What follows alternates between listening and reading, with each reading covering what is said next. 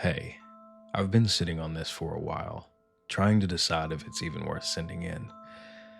My wife says it's funny now.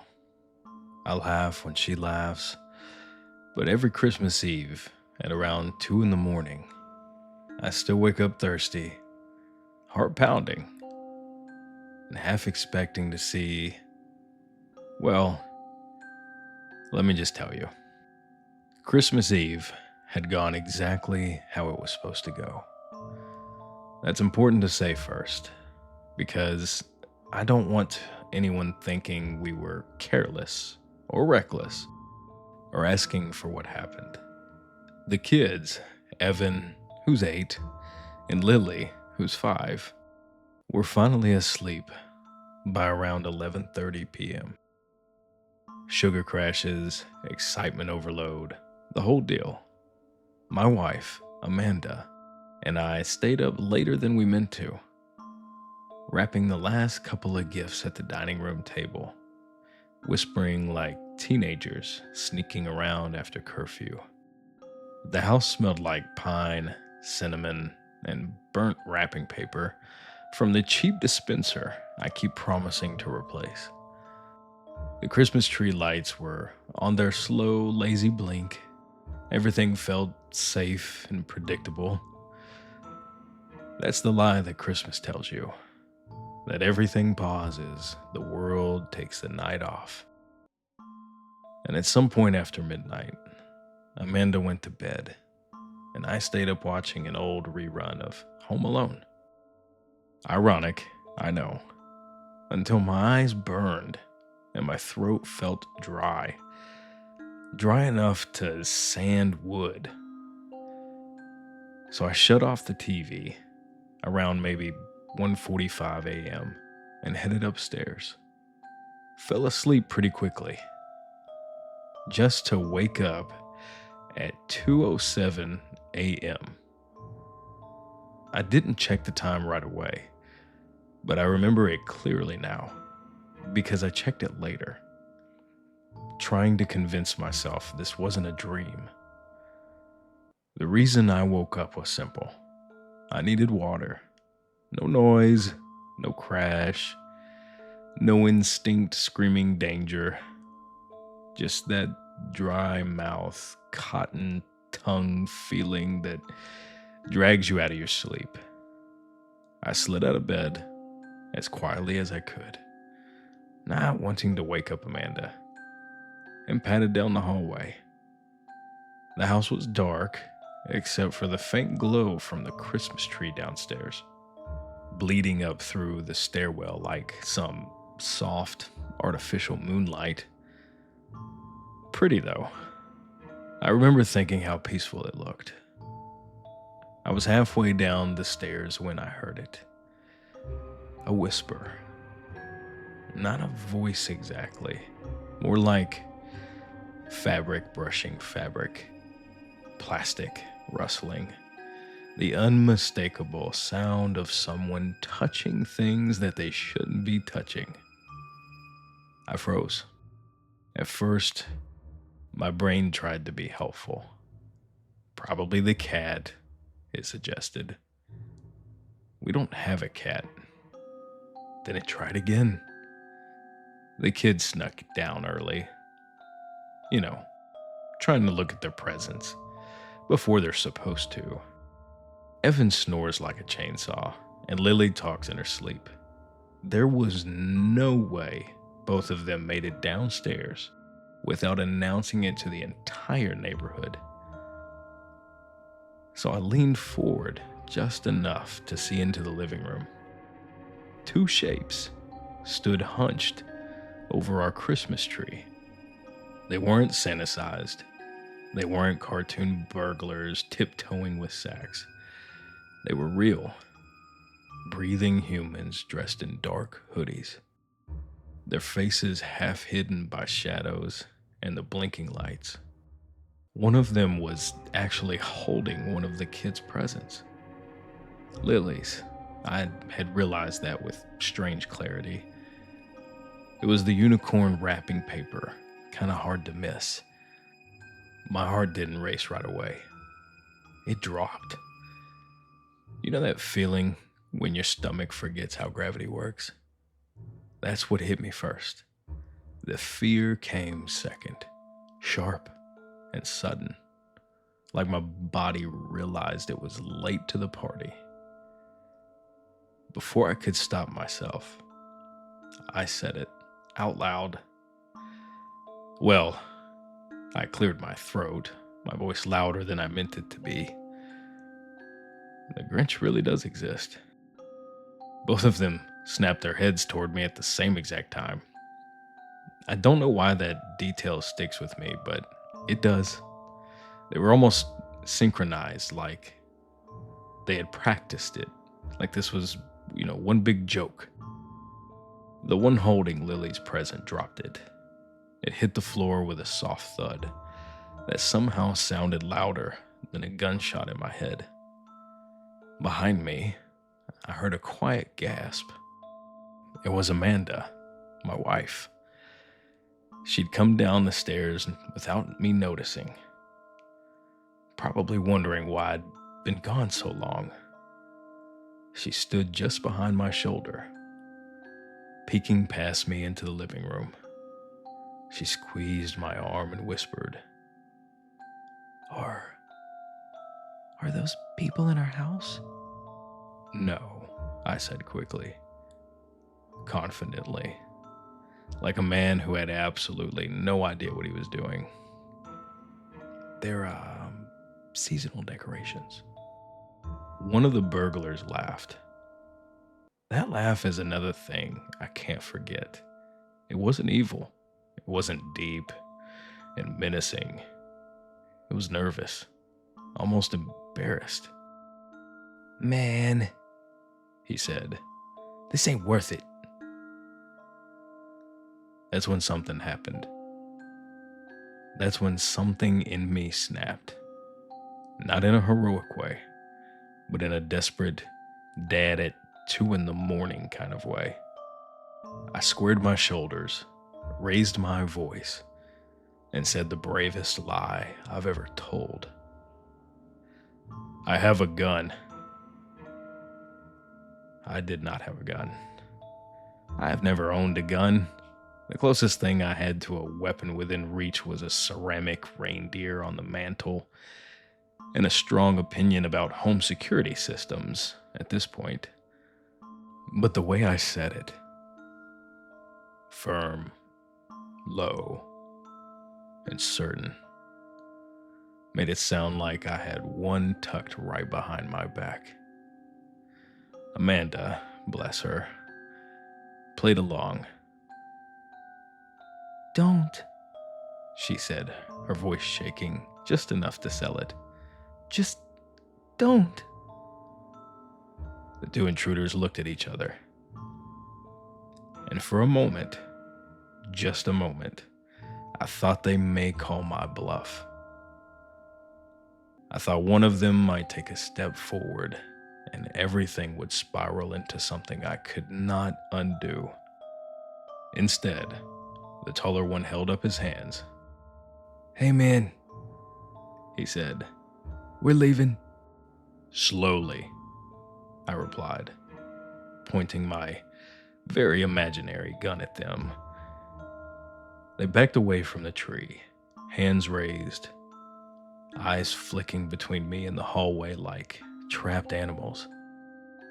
When they reached the front door, the shorter one muttered, Sorry, under his breath.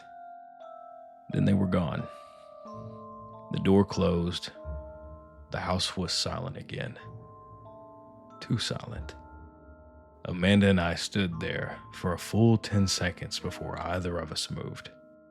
My legs started shaking once my brain realized we were still alive. I locked the door, then I locked it again. Then I checked every window while Amanda grabbed her phone and called the police. The kids never woke up. That's the part that messes with me the most. They slept through the whole thing. The police arrived quickly, lights flashing but sirens off. They took our statements, asked for descriptions, Dusted a few surfaces kind of half-heartedly. There wasn't much to go on. No forced entry, no clear fingerprints, no cameras inside the house. One officer sighed and said, "You're the third call like this tonight." That's when the humor drained out of it. Apparently, the same two guys had been reported in multiple neighborhoods. They'd hit houses where people forgot to lock their doors, where the Christmas tree sat right in front of a window that was slightly open, where gifts were already piled high and just tempted them. They'd gotten away with it too. Stolen presents, disappeared into the night. Ours were the only ones they didn't finish the job on. After the police left, Amanda and I sat on the couch, staring at the tree.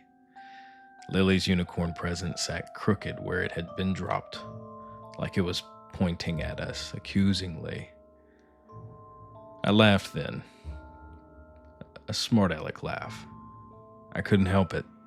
It bubbled out of me, shaky and loud and completely inappropriate. "I can't believe that worked," I said. Amanda laughed too, tears in her eyes. "You threaten them with confidence." We didn't go back to bed. We sat there until sunrise, drinking coffee and jumping at every sound the house made. When the kids came downstairs hours later, they never knew how close their Christmas had come to being empty. We told them the Grinch story, of course, the silly version, the one where Dad scares them away. But sometimes late at night, I think about those two figures under our tree, how quiet they were, how easily they got inside, and I wonder how many houses they visited where nobody woke up thirsty. So every Christmas Eve since, I lock the doors twice, and I keep the lights on a little bit longer, just in case the Grinch decides to come back for a second look.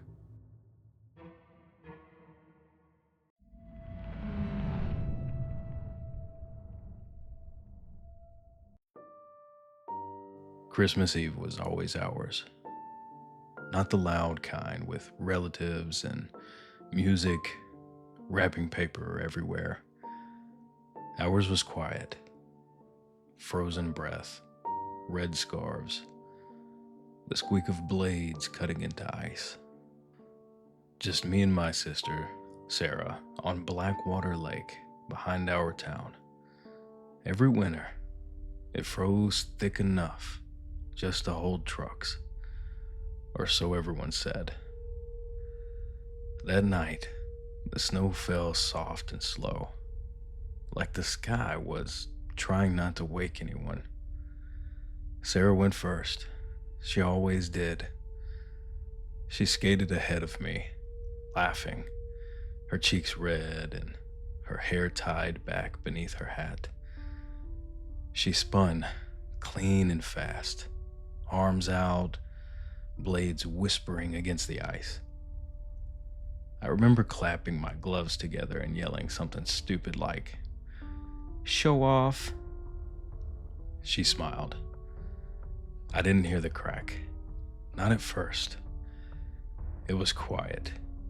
Too quiet. Like a hairline fracture in glass. Something you don't notice until it's already spread. We kept skating.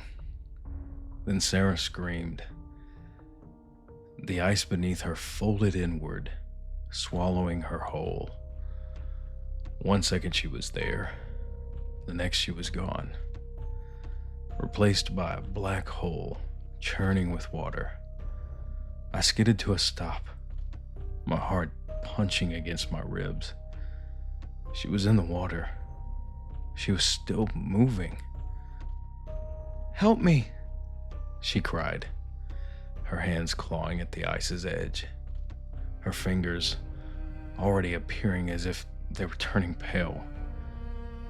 I dropped to my stomach and crawled closer towards her, but the ice groaned beneath me, deep and angry. So I pulled back, and I hate myself for that part. I ran. My phone was in my coat pocket. My fingers were numb as I dialed 911. I remember screaming our location, my sister's name, my own name. I remember the way my voice sounded, like it belonged to someone else. When I got back to the hole, Sarah's movements were slower. Her lips were blue. The fire department arrived fast, faster than I expected. They slid across the ice on their stomachs, ropes tied tight around their waist. One of them grabbed Sarah's arm just as her head dipped under the surface. They pulled her out. Her body was stiff, water streaming from her clothes. Her eyes were open, but she just seemed so unfocused, like she was already gone. I rode in the ambulance with her, holding her hand, begging her not to sleep. She didn't answer. At the hospital, they took her from me. I sat in a plastic chair under flickering lights while Christmas music, of all things, played somewhere far away. When the doctor finally came out, he didn't have to say anything. I already knew. They said she was alive when they pulled her from the lake. They said the water was just too cold. They said sometimes the body lets go before the heart does. I still go to that lake every winter. I don't skate anymore. I just stand at the edge and listen. Because on quiet nights, when the ice is thick and the snow is falling just right, I swear to God I can hear the sound the ice made that night. And underneath it, I still hear Sarah calling my name.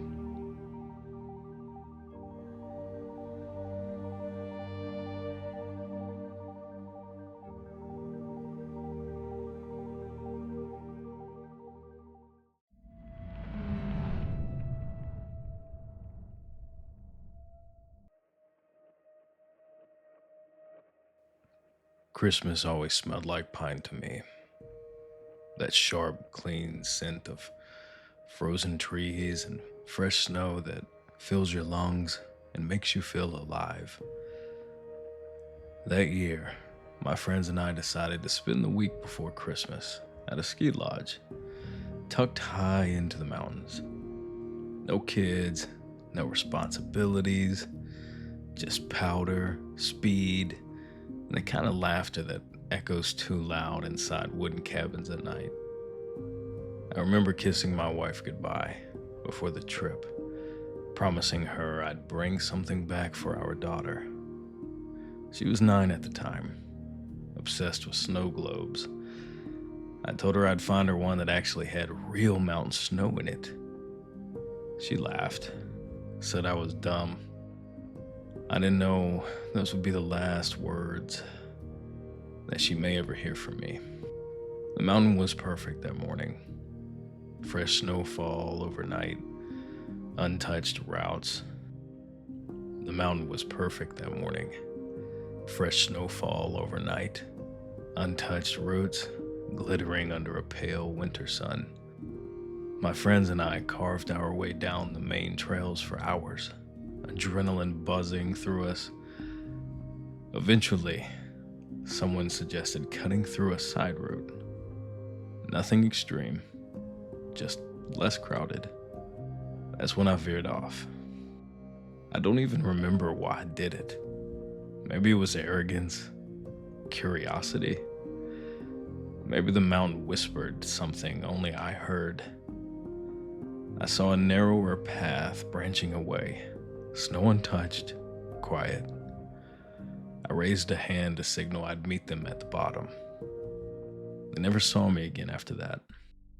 The route had started gentle enough, but the trees closed quickly. The air felt heavier, quieter. My board cut deep into powder, and I felt that familiar rush until the snow beneath me shifted. There was no warning, no dramatic rumble, just a sudden, sickening drop, like the ground inhaled me. The world just collapsed. Snow roared around me, white and violent, ripping the breath from my chest. I remember screaming, but the sound vanished instantly, swallowed whole. I tumbled, spun, and smashed into something hard. Maybe a rock or a tree. I don't remember. Then everything stopped. Pure silence. Not peaceful silence. The kind that presses against your ears until they ache. I was buried. The first thing I noticed was the weight. You see, snow doesn't feel light when it's on top of you. It feels more like concrete. Like the way you smack the water at a high rate of speed. My arms were pinned. My legs were gone. Not gone, but I couldn't feel them. Panic hit like electricity. I tried to breathe. God, I tried. But my breath would bounce back at me, hot and wet. The air pocket around my face was small, too small. And I remembered the training. Don't thrash, don't scream. You'll waste your oxygen. I had activated my airbag backpack with shaking fingers, and I'd felt it inflate behind me. It saved my life. I know that now. It had kept me closer to the surface, but closer didn't mean safe. Time stopped making sense. I counted breaths at first, then heartbeats. Then I lost track of both. The cold began creeping in, slow and deliberate, like something alive was testing me. My thoughts had turned strange. I felt disconnected. I thought about Christmas lights on our porch. I thought about my daughter's laugh. Hell, I thought about how stupid it was that I never even finished fixing that loose stair on the staircase. Then the mountain spoke. Not in words, in pressure, in silence, in the way the cold gnawed at my legs first. Deep and biting. It felt like needles sinking into the bone. I tried to wiggle my toes. Nothing. That's when panic surged again, hotter this time. I screamed. Snow filled my mouth. I choked and coughed, forced myself still. My lungs began to burn. I remember thinking, this is how I disappear. Not die. Not just die. But disappear. Buried. Completely forgotten. Just another statistic carved into a plaque somewhere. My friends would blame themselves. My wife would cry into pillows. My daughter would grow up remembering my voice wrong. The thought of that hurt worse than the cold. I begged the mountain then, out loud. I promised anything: respect, silence, fear. I promised I would never ride again, that I would stay off its back forever. The mountain didn't answer, but time moved, and at some point the pain in my legs stopped. That scared me more than anything, especially in that moment. The cold retreated, replaced by a numbness so complete it felt like my lower body wasn't mine anymore. I drifted in and out of consciousness, dreaming of warm rooms and voices calling my name, or even the faint crackle of a fire, eating cookies with my family. Then, sound, muffled, distant, a vibration more than noise. I wasn't imagining it. I screamed again, weaker this time. I don't know if they heard me, but the sound got closer. Shovels, voices, that mechanical whine. Light punched through the snow above my face, blinding and beautiful. Hands pulled me free. I remember crying. I remember apologizing over and over. And I remember someone saying, "You're alive. You're alive." And they were right. But survival has a price. I woke up days later in a hospital bed, wrapped in tubes and blankets. My wife was there, eyes red, gripping my hand like I might vanish again. She was smiling and crying at the same time. I asked about my legs. She didn't answer right away.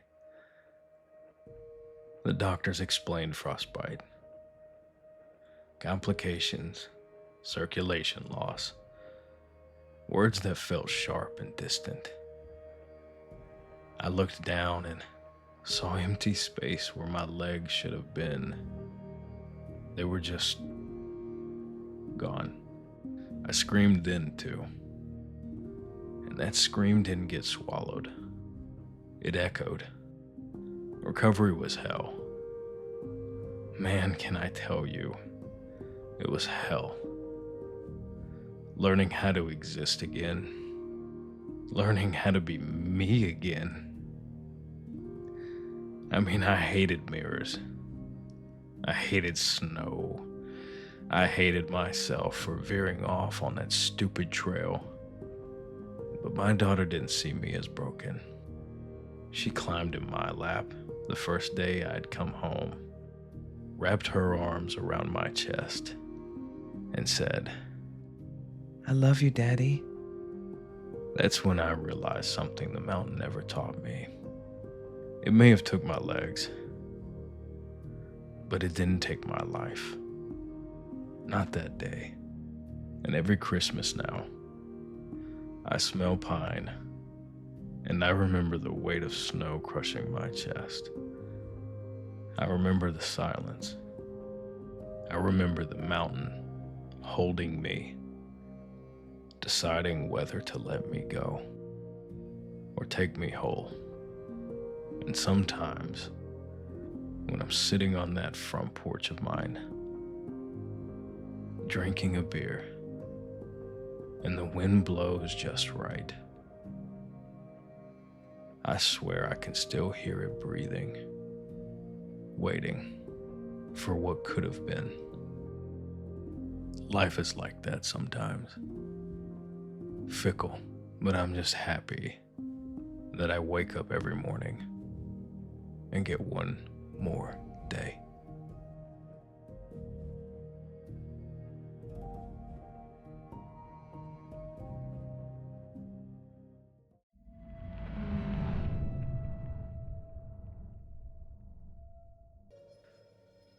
So I'm not even sure why I'm sending this to you instead of deleting it and pretending it never happened.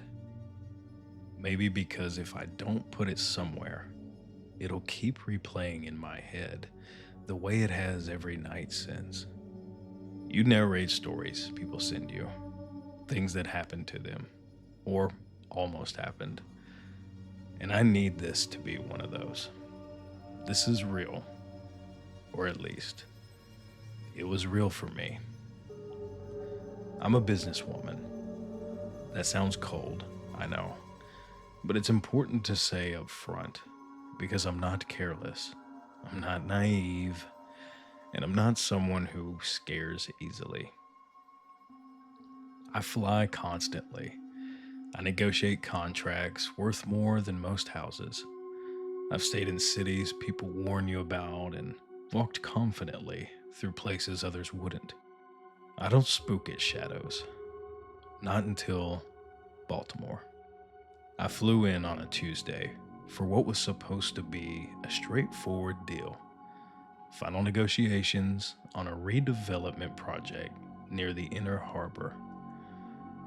Glass towers, mixed-use spaces, all the usual buzzwords. The meeting went well at first. Better than well. We drank bad conference room coffee and smiled the kind of smiles that mean money is moving. Then evening came, and no one wanted to stop. The lead negotiator, an older man with tired eyes, kept pushing just one more clause, one more detail.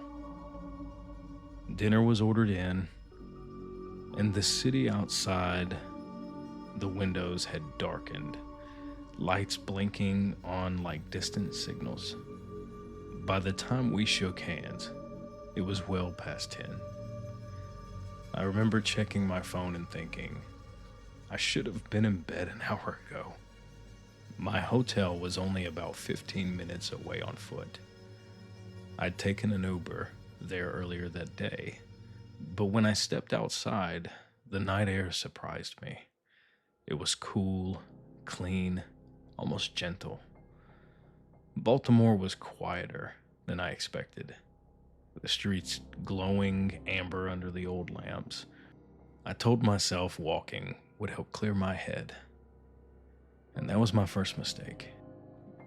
At first, everything felt peaceful.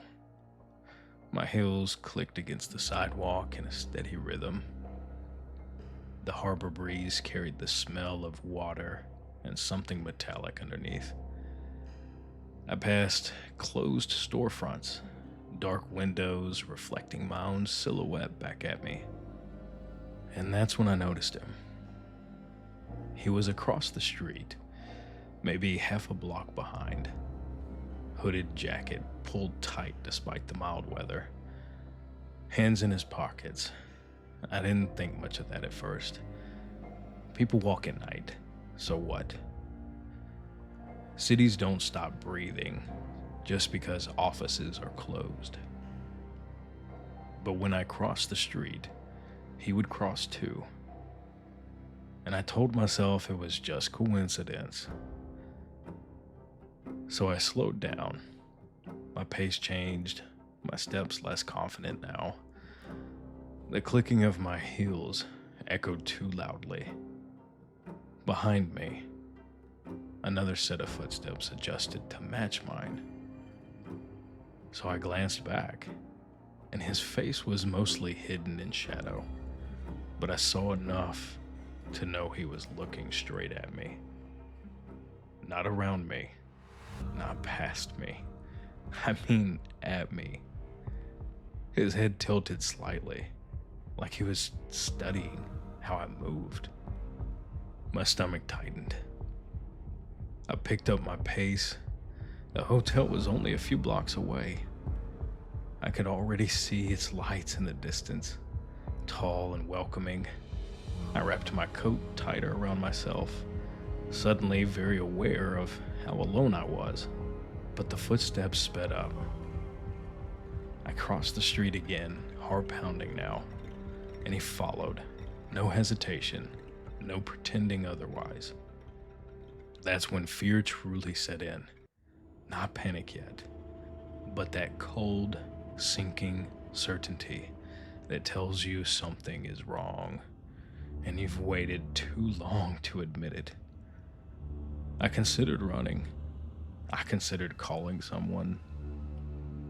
I did have my phone in my hand, with my screen lit, but my fingers felt clumsy, almost heavy, like I couldn't depend on them. I glanced back again, and he was closer now. Close enough that I could hear his breathing. Not labored, not rushed. Calm and almost patient. As if he was planning something. So he smiled. And I know that sounds dramatic, but I swear to you, he smiled when he saw me looking. Slow and deliberate, like he enjoyed being seen. That's when I had it.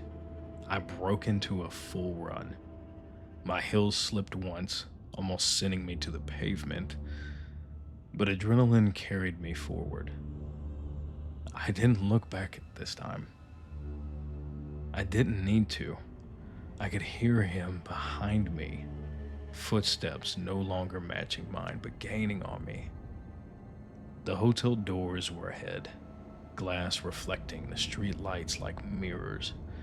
I fumbled for my key card, praying anyone, would walk out. Just before I reached the entrance, I felt something brush the back of my coat. Not like grab it, not yet. More like a warning. I screamed and slammed into the doors, bursting into the lobby with a sound that turned every head. The warmth hit me like a wall. Carpet, light, voices, safety. I spun around immediately. The sidewalk was empty. No hooded man. No retreating footsteps in the distance, nothing. Just my own reflection in the glass, pale and shaky. Hotel security came quickly. Then the police. I gave my statement, tried to describe him, his height, his jacket, the way he smiled. They nodded, wrote things down, asked the usual questions. Had he touched me? Had he spoken? Could I identify him? And I knew what they meant. Like, could I pick him out of a lineup? Obviously, no. No. They were kind, but I could tell, without evidence, without a crime, I was just gonna be another report that was filed away. I barely slept that night. The next morning, I chalked it up to be a close call. A reminder to be more careful. I took Ubers, I stayed in crowds. The deal closed successfully, and I flew home the following day. I thought that would be the end of it. 3 nights later, back in my own apartment, hundreds of miles away, I heard footsteps outside my door. Slow, measured, like something trying to sneak up on me. I froze in my bed, just listening. The covers pulled to my nose. They stopped right outside of my apartment. Then came the sound of like a jacket moving, a quiet breath, and a soft knock. When I looked through the peephole, the hallway was empty. But taped to my door was a folded piece of hotel paper. Baltimore. Inside, written in neat, careful handwriting, were 5 words. You walk beautifully at night. I've moved since then. Changed hotels, changed routines. I don't walk alone anymore, no matter how beautiful the air feels, so don't worry about that. Sometimes, though, when I'm in a city late at night and the streets are quiet, I swear I still hear those footsteps adjusting to match to mine. If you share this, please tell people not to make my mistake. Some things don't need to touch you to follow you home. And sometimes, even close calls can stay with you forever.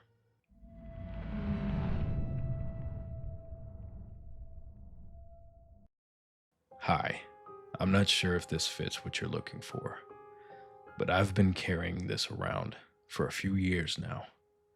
And every Christmas, it comes back to me like an itch I can't scratch.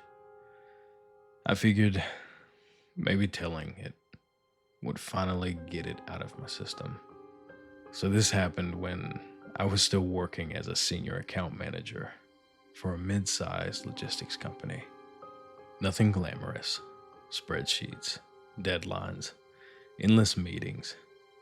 But that year had been good, really good.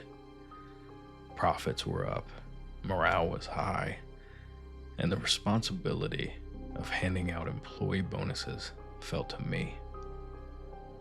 My boss said it would be a nice personal touch, which was corporate speak for you'll get blamed if anyone complains.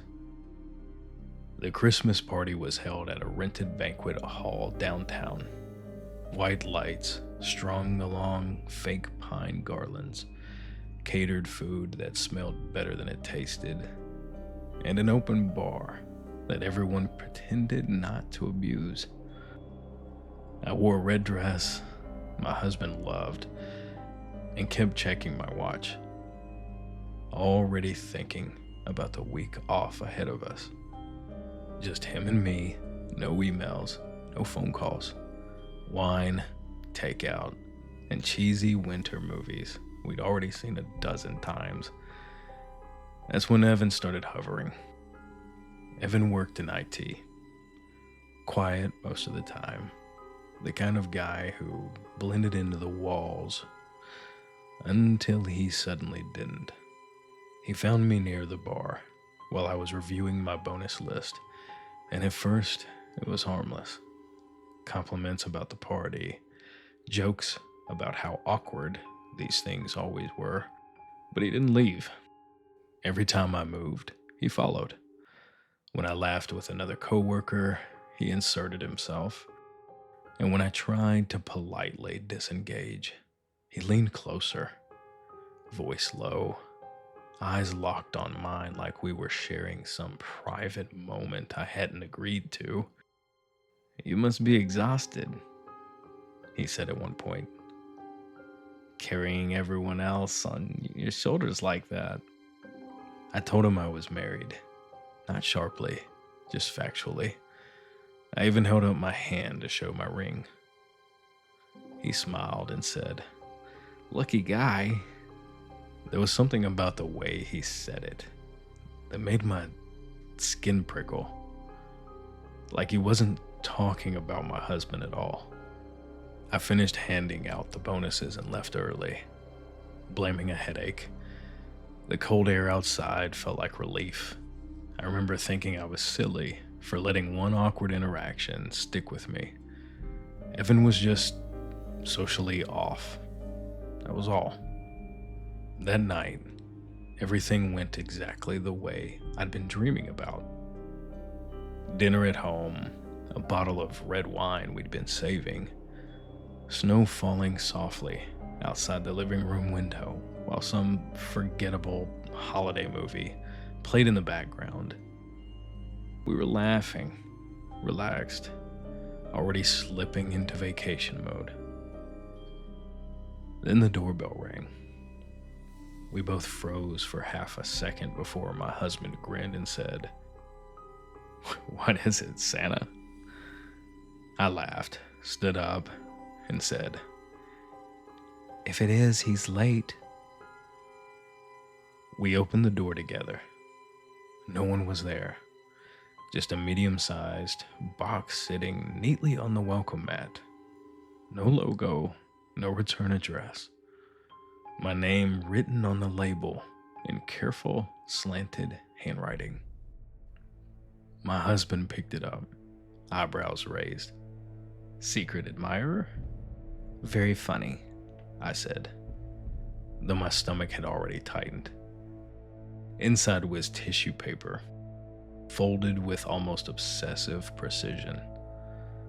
Beneath it was a small silver bracelet, tasteful, expensive, and an envelope.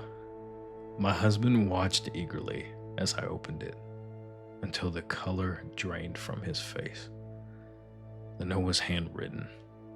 I've been in love with you for a long time. You make coming to work worth it. I wanted to make your holiday special the way you deserve. I hope when you wear this, you think of me. No name, just a single initial at the bottom. E. The room went quiet, except for the movie still playing behind us. I felt the heat crawl up my neck. My husband read the note again, slower this time. Who is this? He asked. I don't know, I said too quickly. That was the wrong answer. The next hour was awful. Questions, accusations that weren't quite accusations, hurt disguised as jokes. I didn't blame him. If the roles were reversed, I would have felt the same way. But I knew, deep down, I hadn't done anything wrong. It wasn't until later, after we'd both gone quiet, that I noticed the detail that finally snapped everything into focus. The handwriting. I had seen it before. The initial, E. Evan's handwriting was all over the IT tickets that he closed.